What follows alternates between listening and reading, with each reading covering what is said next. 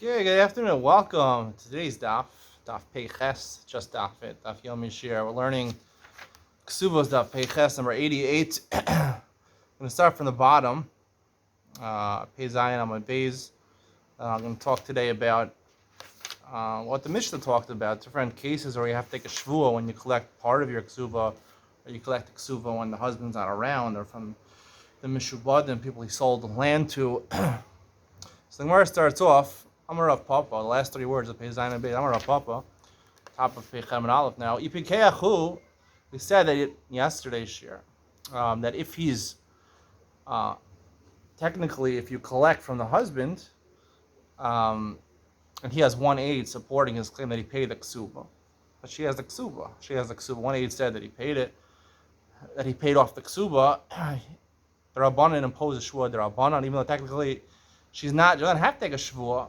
According to the Torah, the Rabbanan instituted it in order to make the husband feel better. He has a witness. If he's a pikeach who might still do shvuah d'oraisa, there's a way, a trick he has he can use to bring her, to make her take a shvuah d'oraisa. Now, a shvuah d'oraisa is a lot more severe than a shvuah d'Rabbanan. You have to hold the Sefer Torah. They warn you, there's different warnings before it. If you violate shvuah, it's a very chomer thing. If you're in Beis Din, you invoke Hashem's name in a shvuah, it's a very severe thing. Maybe over one another starts at dibros. You want to bring her the shvuah d'oraisa, she shall admit.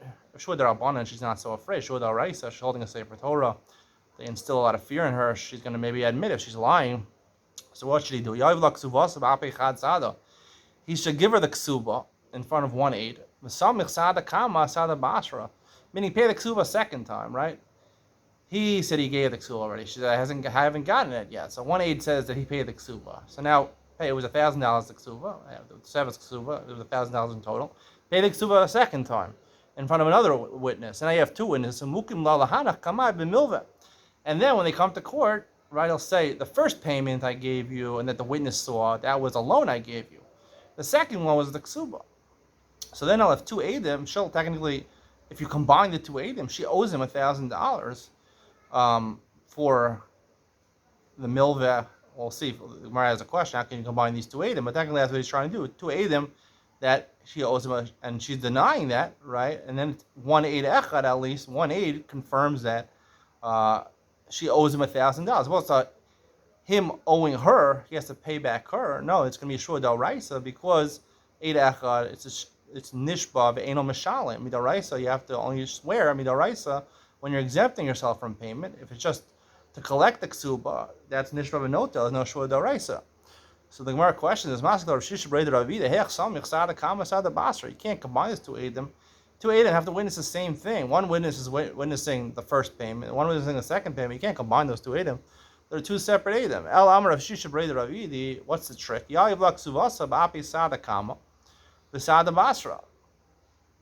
should give her a ksuba, right? Pay again in front of, he has the one witness previously. He could take that witness again and join to him another witness.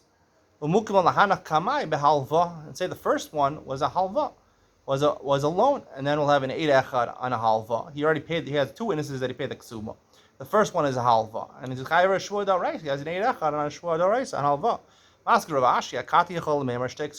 She can still get out of it. Say, no, there are two ksuvas, right? The first payment he saw, he really owed me two ksuvas. Technically, it's possible to collect two ksuvos, right? If you're married to him, and then he got divorced, and then got remarried, and he wrote a new ksuva for her. If he wrote a new ksuva for her, she's entitled to a second ksuva, and they got divorced again. So maybe she has two ksuvas. So she'll sign to know they're both ksuvas, and therefore there's no shvuah d'oraisa because he owes her twice. Elam Ravashi, who the model, who when he brings the second two eidim together, the one who was a previous aid combined with the second aid, he tells them the first one was, right, it was a ksuva. I only owed her, he tells them, I only owed her one ksuva.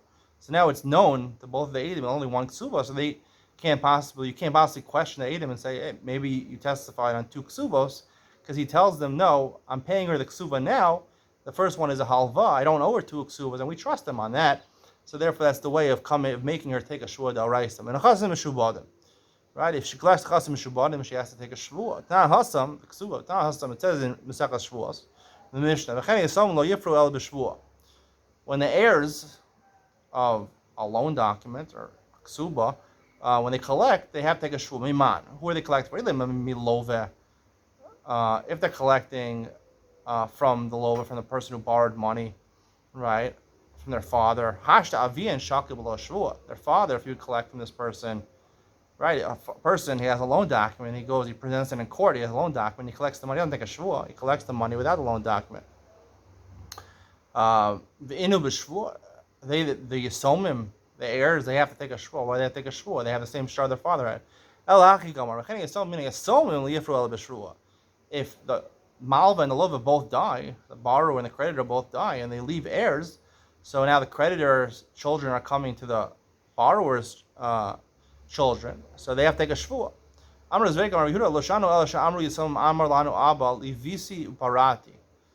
This is only talking about a case where you have a shvua, where the heirs of the borrower, they say, our father said he borrowed and he already paid you back. That's their denial. If they make a claim, they said our father never even borrowed, that's what our father told us. They don't take a shvua. They can't get paid back even with the shtar because they're denying it. Because we're relying on the father's testimony. The father told his children that I didn't borrow any money from them. Rava says exactly the opposite. Other Rava. Whenever if someone's bringing a shtar against, they have a loan document, this guy borrowed money, a loan document is validated by the Adim signatures, the witnesses sign on the shtar, we assume it's a valid shtar. So when you come and say, someone presents a loan document and you say, I didn't borrow money, that sounds really bad because, right, it's easier, it's obvious that you borrowed money, there's a loan document. The question is whether you paid back or not. But to deny that, that's like, a blanket thing to do. So it's a crazy thing you're saying. So we don't believe you at all, right? You lose all your credibility. If you say I didn't borrow, and there's a loan document saying you did borrow, right? It's basically admitting. It's like modeh. It's like hodas baldin kameidim done. When you admit money in court, you have to pay that money. It's like he's saying I didn't pay his loan documents, admitting I didn't pay. Ela idmar hachi idmar. If what was stated was stated, this is the way it was stated. The above mentioned Gemara, the aforementioned Gemara, is only when the heirs of the borrower say, our father instructed us, he told us that he borrowed and he paid back. Our father told us, our father told us he didn't actually borrow, and now we find a loan document saying he did borrow. It's like the father, or his heirs, through his heirs, is saying, I didn't pay. It's admitting he didn't pay, and therefore, based on that statement alone, he has to pay the chov. If she gets paid back, or she wants to collect a ksuva, and the husband is not around, so she has to take a shvua. Amar Rav Acha, they're going to come to Beis Din and try to collect the ksuva. Amar Rav Acha, they're going to go into it and freeze his bank account. Amar Rav Acha, Sarabira, Ma'isa Boleth Rav Yitzchak be'Antuchia. A certain case came from Rav Yitzchak in Antuchia, Antiochus is from Greece, but Antioch, I think, is a place in Turkey. Amar Loshana, a city in Turkey. Amar Loshana Ella L'Ksuvas Isha. We only learn this if she comes to collect her ksuva, Mishum Chena. Right? We allow her to collect it when her husband's not around because we want women to find grace in the eyes of men, right? Maybe women are not going to want to marry men if it's so hard to collect their ksuva. Aval balchov lo. If someone owes money to somebody else, he's not around, you can't collect shalom b'fanav. Normally, you have to bring the guy to court. You can't just collect money without him appearing in court. Rav Amar Rav Nachman, I feel balchov, even by a balchov, this is how we paskin. No one's going to want to lend out money anymore because what could happen? The person borrows money, he'll just say when the guy is calling him up, trying to get payment for it, he'll run away overseas and you can't bring him to court. You can never collect the money. No one's going to lend money out because they'll know no one's going to pay them back. So therefore, they're masakin also a balchov he can collect with a shvua when he even though the baldin, even though the borrower is no longer around. Reb Shimon, he's overseas in the Bahamas. Reb Shimon Omer Kozman Shtuvas Ktuvasa. Reb Shimon makes an ambiguous statement at the end of the Mishnah. We're trying to figure out exactly what he was referring to. So Reb Shimon Ahaya. Reb Shimon says what Reb Shimon said. Kozman Shtuvas Ktuvasa. Let's read the words of Reb Shimon. Reb Shimon Omer Kozman Shtuvas Ktuvasa. whenever she's demanding her ksuba, Yorshim Mashbin also, then the heirs can make her take a shvuah, the heirs of, all right, her husband. Im Eina Tovas Ksuba, so she's not demanding a ksuba, and Yorshim Mashbin also, the Yorshin cannot make her take a shvuah. What is he talking about? Amar Rabbi Yirmiyah, aha, he's going on this. When the phrase Shalom B'fanav, the Mishnah says, one of the cases that she can collect her ksuba, Shalom B'fanav, Lo Tifra El B'shvuah. Right? We said she has to take a shvuah. Lo Shna L'Mizoni, Lo Shna L'Ksuba. It doesn't matter whether she's collecting. She's not around. She's entitled not to just a ksuba. She's entitled to also collect mizonos. While they're married, he has to feed her. So it doesn't make a difference whether she's collecting the ksuba or she's coming to basin to collect food, right? Money to support herself. Rav Shimon argues on the Tanakama. He says whenever she's collecting her ksuba, then she can collect shalom b'fanav with a shvuah. And tavas ksuvasa ena yorshim mashbin. If she's not collecting ksuba, she could collect mazonos. The halacha is she's allowed to get mazonos when her husband is not around. Right? We learned that early in the Masechta. So they can't even mashbi her. She collected that as shvuah. The kamifli, the machlokas, Tanakam and Rabbi Shimon is the same machlokas. Plugs of the Chana b'nei Kohanim Gdolim. We're a little later in the Masechta. Chana and b'nei Kohanim Gdolim had various machlokas. It's not. This is a direct quote from later in our Masechta and the Mishnah. He goes abroad and his wife wants to be fed. She has no food in the house. Chana Omer, she comes to Beis. Chana Omer, Tishava b'sof v'lo Tishava b'tchila. At the end, meaning when she collects her ksuba, then she should swear not just that she hasn't been paid her ksuba, but also that she did not get mizonos when her husband was overseas, right? You're magalgel the shvua of mizonos with the shvua of the ksuva. Even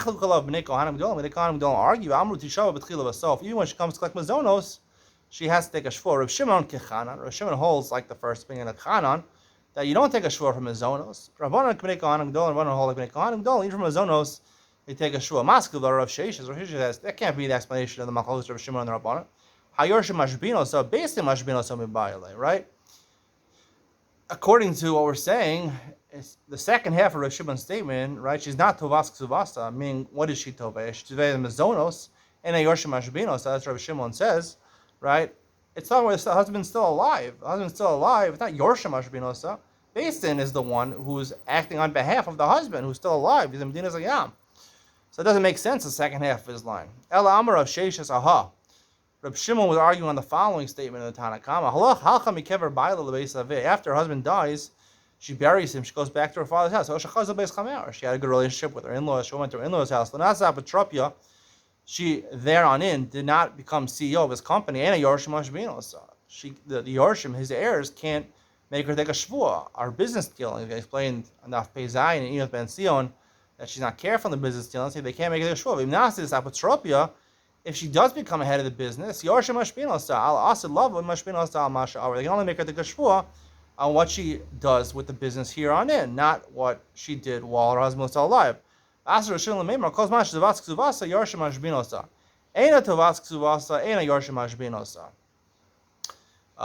Shimon says, if she's tovei her ksuva, right, so the Yorshin could be mashbiah her. If she's not tovas ksuvasa, then the Yorshin cannot, meaning only about tviyas ksuva, right? Not about the business, right? Rav Shimon's making a statement about the business, right? We thought, according to the Tanakama, the business, even on the business, you can make her swear as long as it's from here on in after the death of the husband. If she's CEO of the company. Rav Shimon says only on the ksuva. When she collects her ksuva, and then you make her take a shvuah. The kamifli plugs to the Abba Shol of Rabbanan. Their machloka is parallel to machlokas Abba Shol and Rabbanan. The son, apotropos sheminu avi yasomim, right? If the father of orphans, right, before he died, he set up someone to be the guardian for his children, right, and to give his inheritance or to apportion his assets to his children at the right times, yeshava, right? This guardian has to take a shvuah that he did it in the right, he didn't take for himself, and he did it in the right way. He faithfully acted on the father's behalf. Basin, however, if the father didn't appoint a guardian, Basin appoints a guardian, lo yeshava, right? Then you don't have to take a shvuah. Abba Shol is exactly opposite. If Basin appointed yeshava, avi yasoma, if the father entrusted this guardian, lo yeshava, so he entrusted the guardian, meaning he trusts him, and he shouldn't have to take a shvuah that he didn't, right? He didn't misuse the assets. Rav Shimon Abba Shol. Rav Shimon holds like Abba Shol, Abba Shaul says, right, that the father was appointed by the father, you don't have to take a shvuah. Here also, the father appointed his wife over his business, so therefore you can't make him take a shvuah. Shimon says, only on the ksuva take a shvuah, not on the business. And Rabbanan, Karabbanan, they hold like Karabbanan, no, even if the father appoints his wife on the business, still, you make your someone a guardian over your children, or you make your wife CEO of the business, doesn't mean inherently that you trust them, and therefore you can take a shvuah. Maskala Abaye rejects this explanation. It's not the correct way of saying it. It's not kol's ma as long as she's being tovei ksuva. If she's tovei ksuva, right? If she's tovei ksuva versus if, right? You want to be mashbia her on the business, right? What does it mean kol's man should all the time that she's tovei ksuva? It's be the one time that she's tovei ksuva versus business. Ela Amar Abaye. Abaye is a different explanation. Aha. Rav Shimon's arguing on the following statement of the Tanakam. He wanted to absolve her from Nedarim and Shvuos. Eino yachal hashbia. He can't make her take a shvuah. Neder v'shvuah ainli v'lo liyorshay v'lo labam b'reshus yalecha v'al yorshayach v'al labam b'reshuscha. He wants to exempt not only her and anyone who comes in place of her, but also anyone who comes in place of him. No one can take shvuahs on her or anyone who comes in place of her. Lo hivli yoshev lo labam b'reshuscha v'asa. Right, that's what the Rabbanan hold. He could absolve her of all these shvuahs. V'asa Reb Shimon l'meimar calls mash devas ktuvasa yorshma hashbinosa. Shimon says, no, it doesn't work. To absolve her doesn't work, right? If she's tovei or ksuva, right? The Yorshin could be mashpia to her. Abba Shaul ben Ima Miriam Rabbana, right? We had a machlokas. Abba Shaul, the son of Ima Miriam, said that Lamais at the end of the day, you have to take a shvuah. You can't absolve someone from the shvuah when you're collecting from the installment. When she collects from the heirs, Reb Shimon got Abba Shaul. Reb Shimon holds like Abba Shaul. She's collecting her ksuva. You can make her take us from the yisomim. She has to take a shvuah. Rabbanan Karabbanan, the Rabbanan hold like Rabbanan, and you could absolve her. So that makes sense. The first half of Rav Shimon's statement, Eino tovas ksuvasa ma'ikal meimar. If she's not tovei or ksuva, the second, right? If she's not tovei or ksuva, the Yorshin can't be mashpia her. The first part of the statement makes sense, right? As long as she's tovei or ksuva, right? So the Yorshin mashpia no stuff because it doesn't work to absolve her. Eino tovas ksuvasa doesn't make any sense. We're talking about in both cases where she's tovei or ksuva. So the way I saw it explained in the art school is that the first half of the statement, we're not falling off of the first half of the statement. The first half of the statement is yes, Rav Shimon's arguing Kol's Mash Tuvas Ksuvasa. I mean, he's arguing on whether you could absolve the wife or not from a neder or shvuah if she collects from the Yisomim, right? According to Rav Shimon, you can't absolve if she collects from the Yisomim. As long as she Tuvas Ksuvasa, Yorshim Mashpin also. And the Rabbanan hold like the Rabbanan, not like Abba Shaul ben Miriam, Abba Shaul ben Ima Miriam, and they hold you could absolve her the ksuva. And the second half of Rav Shimon is coming to exclude Lezer Machlakus. Lezer had his shita in one of the previous Mishnah is that you could even mashpia her not just on being CEO of your business, but also if she's in the kitchen and she's baking bread or she's making cakes or she's weaving, right? That she didn't misuse whatever raw materials you gave her, the wool that you gave her, or the flour and water that you gave her. She didn't misuse it. She tried her best to make the best bread, to make the finest scarf. She didn't misuse the funds that you gave her. Lezer said you could even mashpia her on that. So comes Reb Shimon and says, "Ena tovas ksuvasa, ena yorshim mashpia." If she's not tovei ksuva, meaning you want to be mashpia her on pilcha v'isasa, on her weaving and her bread, right? You can't be mashpia her. You can't mashpia her at all, right? On that, that's what he's coming to say. That the second line of Reb Shimon is coming to argue on Reb Lezer and passing like the Rabbanan that basically you can only mashpia her on apotropos of your business, but not on pilcha v'isasa, not on the mere things of how much dough she made and how much wool she weaved for you. That you can't make her take a shvuah. That's the conclusion of today's shir. Stay tuned for Ian with Ben Sion. We're going to talk more about this notion of Kol Omer Lo Livisi. Says I didn't borrow. Kol Omer Leparaitem. It's like you admit that you didn't pay exactly. What is going on over here? And a more fundamental question: what is going on? They were Masak and Shvu in these last three cases in the previous Mishnah, where you collect where the husband's not present, or you collect from the Shubodim, or you collect from these Somim, they were masaking a shvua derabanan. Why do you need a shvua derabanan? Why Del Raisa don't need a shvua? And derabanan, a shvua helps. We're going to talk more about that, explain it further, and Ian with Ben Sion coming up next.